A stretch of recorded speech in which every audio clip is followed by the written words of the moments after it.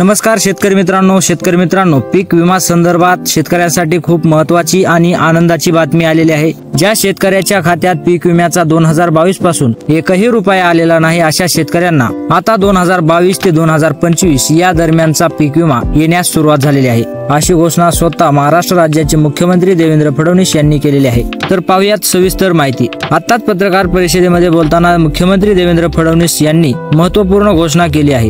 केंद्र सरकारने 2022 पासून 2024 पर्यंत जो काही पीक विमा मंजूर केला आहे त्याचा दुसरा टप्पा अखेर आज शेतकऱ्याच्या बँक खात्यामध्ये वितरित होण्यास सुरुवात होणार आहे। मुख्यमंत्री महोदय यांनी स्वतः पत्रकार परिषद घेऊन ही महत्त्वाची माहिती दिली आहे। त्यामुळे शेतकरी मित्रांनो, तुम्हाला अजूनही तुमच्या बँक खात्यावर पीक विमा एकही रुपया सुद्धा आलेला नाही तर ते तुम्हाला 2 ते 4 तासामध्ये तुमच्या खात्यात आलेला दिसून येईल। आज तुमच्या खात्यावर हेक्टरी 20,000 रुपयाचा पीक विमा जमा होणार आहे। हा पीक विमा 2022 पासून 2024 पर्यंतच्या या 3 वर्षाचा रखडलेला पीक विमा सोडण्यासाठी शुभ मुहूर्त लागलेलेच आहे।